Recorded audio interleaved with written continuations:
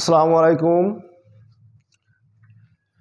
আমার ইউটিউব চ্যানেলে এখন যে ক্লাসটা নেব সেটা হচ্ছে তোমাদের ক্লাস 9-10-এর ক্লাসের হচ্ছে গণিত বিষয়ের অনুশীলনী 9-এর একটা সৃজনশীল প্রশ্ন।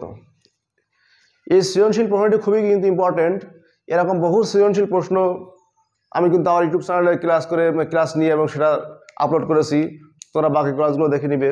তো আজকে যে ক্লাসটি নেব, এখন যে ক্লাসটি নেব সেটা হচ্ছে এই সৃজনশীলের উপর ভিত্তি করে বা এই সৃজনশীলটা সমাধান করার জন্য আজকে কিন্তু এই ক্লাস হাজির হয়েছি। তো দেখো, এখানে বলছে ত্রিভুজ এবিসি কোণ বি ইকুয়াল টু 90 ডিগ্রি এবং cot থিটা ইকুয়াল টু √3। ওটা উদ্দীপক। ওই উদ্দীপকের ভিত্তিতে ক, খ, গ এই প্রশ্ন তিনটার সমস্যা আমরা কি করব, সমাধান করব। তো চলো যাওয়া যাক। এখানে কি বলেছে, ক বলেছে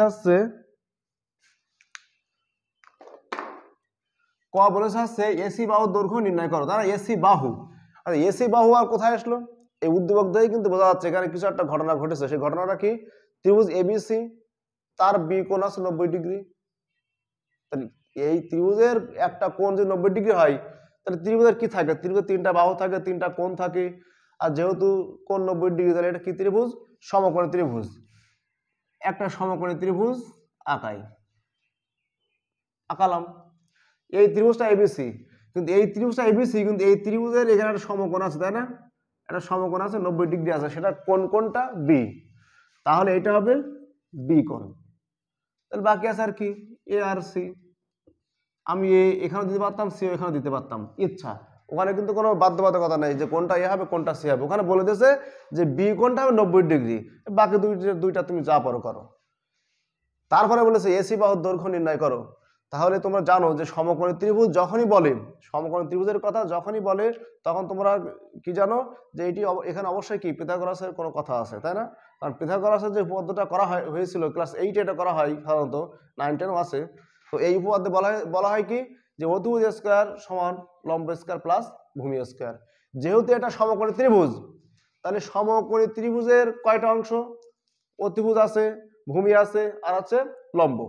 তাহলে সমকোণের বিপরীতটা হয় অতিভুজ। সমকোণের বিপরীতটা সবসময় কি হয়? অতিভুজ হয়। এটা আছে অতিভুজ। সমকোণ সংক্রান্ত যে বাহু, একটা হবে লম্ব আর একটা হবে ভূমি। এটাও লম্ব হতে পারে, এটাও লম্ব হতে পারে, অথবা এটাও ভূমি হতে পারে, এটাও ভূমি হতে পারে। যে কোণটিকে আমরা সূক্ষ্মকোণ ধরে নেব, যদি এই কোণটিকে ধরে নিই, যদি এই কোণটিকে আমরা থিটা ধরে নেই, মনে করো এটা ধরলাম থিটা, তাহলে এই কোণের বিপরীতটা হবে আছে লম্ব, আর এই কোণ সংক্রান্ত যে বাহু সেটাকে বলা হয় ভূমি। আর সমকোণের বিপরীত বাহুটা সবসময় কি হয়? অতিভুজ। তাহলে এটা এখন অতিভুজ, এইটা লম্ব, আর এটা হচ্ছে ভূমি। এই তাই এর সাহায্যে আমার করতে হবে কি, এসি বাহুর দৈর্ঘ্য নির্ণয় করো। তাহলে এখন এই ভূমি কত, লম্ব কত, অতিভুজ কত, এটা আমি জানি না। কিন্তু একটা কথা এখানে বলা আছে, এই যে একটা জিনিস দেওয়া আছে, cot থিটা ইকুয়াল টু √3। তাহলে cot থিটা ইকুয়াল √3 দেওয়া আছে, তাহলে লিখতে পারি দেওয়া আছে cot থিটা ইকুয়াল টু √3। এই cot থিটা সমান তোমরা কি জানো? ওই যে ট্যান লম্বা ভূত, ট্যান সমান কি? লম্ব বাই ভূমি। তাহলে cot তার উল্টোটা ভূমি বাই লম্ব। তাহলে cot যদি ভূমি বাই লম্ব হয়, তাহলে এটা থ্রিটা আমরা কি লিখতে পারি? √3/1। তাহলে এখানে এই থ্রিটা হচ্ছে ভূমি, আর 1টা হচ্ছে কি? লম্ব, তাই না? তাহলে এই ভূমিটা হচ্ছে এখানে আছে √3, আর লম্বটা এখানে হবে আছে কত? 1। তাহলে 1 আর √3 দিয়ে কি করতে হবে আমার? এই এসি বাহুর দৈর্ঘ্য বের করতে হবে। তাহলে এসি বাহুর দৈর্ঘ্য বের করার জন্য এখানে কি করা যায়? এটা কিন্তু লিখতে হয় সংজ্ঞা অনুসারে এটা, তাই না? তাহলে চিত্রে কি পাচ্ছি আমরা? ভূমি এবি ইকুয়াল টু 1, এই লম্ব এবি ইকুয়াল টু 1, আর ভূমি বিসি ইকুয়াল টু √3। তাহলে এখানে ত্রিভুজ বলছে ত্রিভুজ এসিবি বা এবিসি যাই বলে না কেন, এখান থেকে পিথাগোরাসের উপপাদ্যের সাহায্যে কি পাওয়া যায়? অতিভুজ স্কয়ার সমান লম্ব স্কয়ার প্লাস ভূমি স্কয়ার, তাই না? বা এসির মানটা কিন্তু বের করতে হবে আমার, তাহলে এসি বাহু, তাহলে এসি স্কয়ার, এবির মান হচ্ছে কত? 1, তাহলে 1 স্কয়ার বিসি এর মান √3 তার হোল স্কোয়ার বা AC square equal to 1 plus 3 বা এসি স্কোয়ার ইকুয়াল টু 4। তাহলে এখান থেকে এসি ইকুয়াল টু কত হবে, এটা যদি বর্গমূল করা হয় 2 হবে। এই যে পেয়ে গেলাম, তাহলে এসি বাহুর দৈর্ঘ্য কিন্তু পেয়ে গেছি,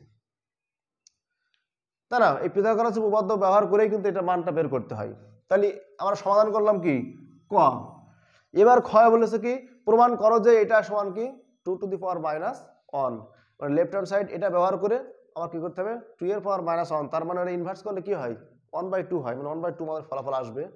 তো এটা নাম মুছে রেখে দিই, দিয়ে এখানে একটা দাগ দিয়ে আমরা কি করি এর খ দাগটা সমাধান করি।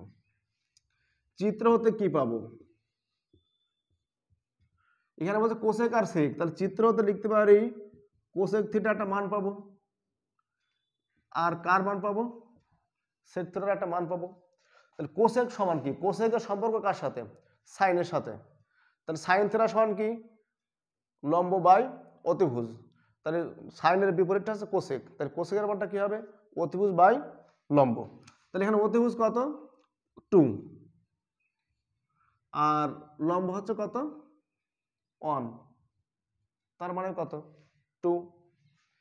এবার সেক থিটা, সেকের সম্পর্ক কার সাথে কজের সাথে, তা কজ সমান আছে কি ভূমি বাই অতিভুজ, তাহলে সেকেরটা কি হবে অতিভুজ বাই ভূমি, অতিভুজ বাই ভূমি আছে কত √3, তার মানে 2/√3। এবার দেখো এবার আমরা কি করব, এখানে মান বসিয়ে দেবো লেফট হ্যান্ড সাইড।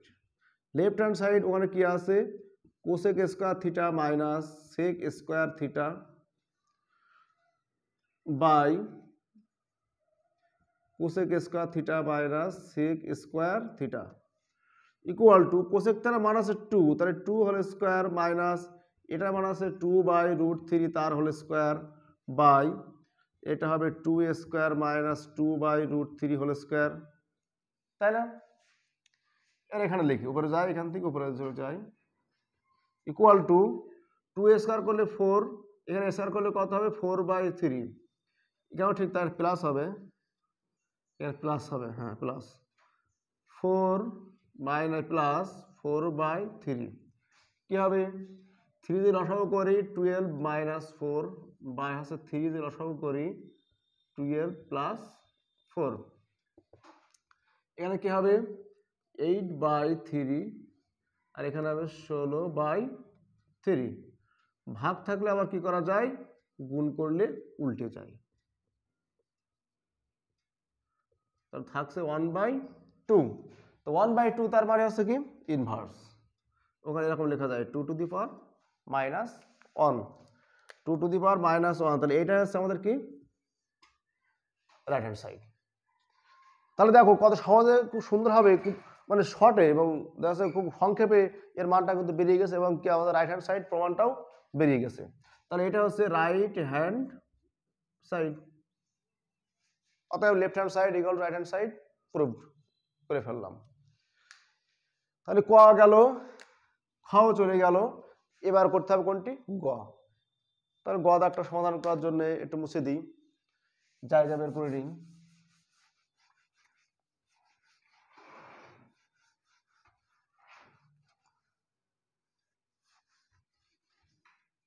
গ, এখানে গ বলেছে কি কোণ এক্স ইকুয়াল টু কোণ A equal to X plus Y এবং কোণ C equal to X minus Y হলে এক্স ও ওয়াই এর মান বের করো, তাই না?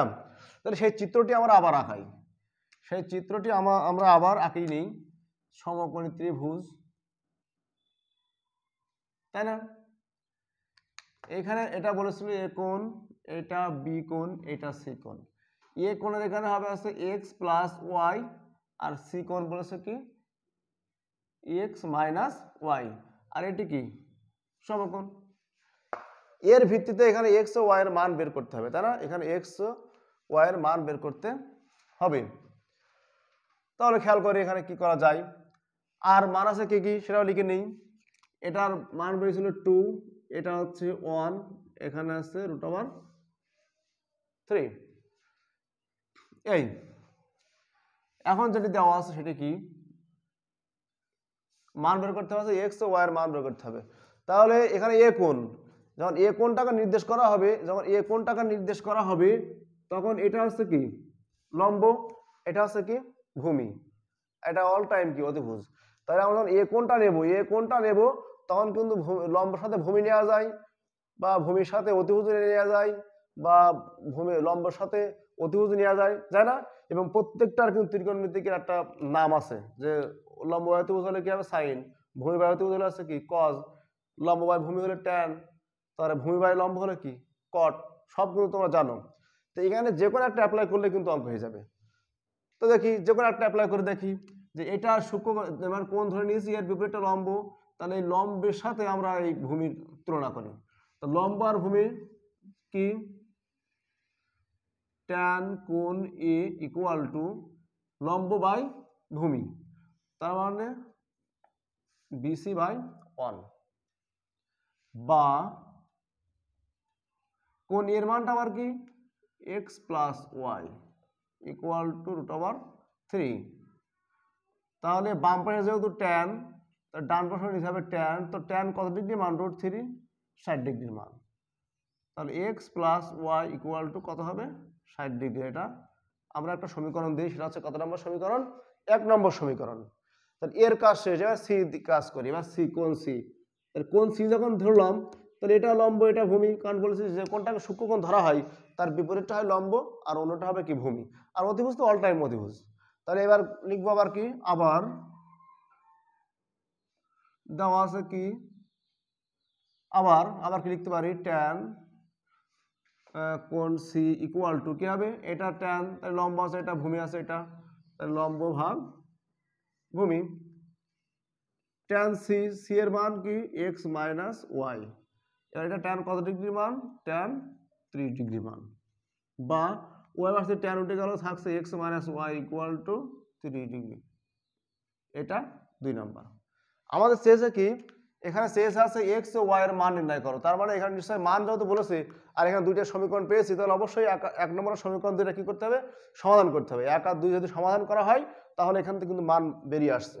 তো 1 আর 2 সমাধান করতে হবে, তো সমাধান করার জন্য প্রায় বলা হয় সবচেয়ে মানে সুইটেবল যে রুল আছে সেটা কোনটা, অপনয়ন পদ্ধতিতে। অপনয়ন পদ্ধতিতে সমাধান করলে কিন্তু খুব সহজ এবং দ্রুত মান বেরিয়ে যায়। এখানে কি করা যায় 1 নম্বর আর 2 নম্বর যদি যোগ করি তাহলে কি হবে, এখানে ওয়াই এর আগে যে প্লাস আছে এখানে ওয়াই এর আগে মাইনাস আছে, তাহলে ওয়াইটা ভ্যানিশ হয়ে যাচ্ছে, থাকবে নাকি এক্স, তাহলে X plus Y equal to 60 degree আর X minus Y equal to 3 degree, তাহলে কেটে গেল, যেহেতু যোগ করছি তাই না, তাহলে এক্স আর এক্স যোগ করলে 2x, এখানে যোগ করলে কত হবে 90 ডিগ্রি, বা এক্স ইকুয়াল টু কত হবে 45 ডিগ্রি। এবার যদি এক্স এর মান যে কোনো একটা সমীকরণে বসিয়ে দেই সেখানেও আমি সেখান থেকে ওয়াই এর মান পেয়ে যাবো, অথবা যদি 1 আর 2 আমি বিয়োগ করি সেখানেও কি ওয়াই এর মান পেয়ে যাব। তার মান বসিয়ে দিই, এক্স এর মান যদি 1 নম্বরে কোনো মাইনাসের ঝামেলা নেই এই জন্য 1 নম্বরেই বসিয়ে দিই,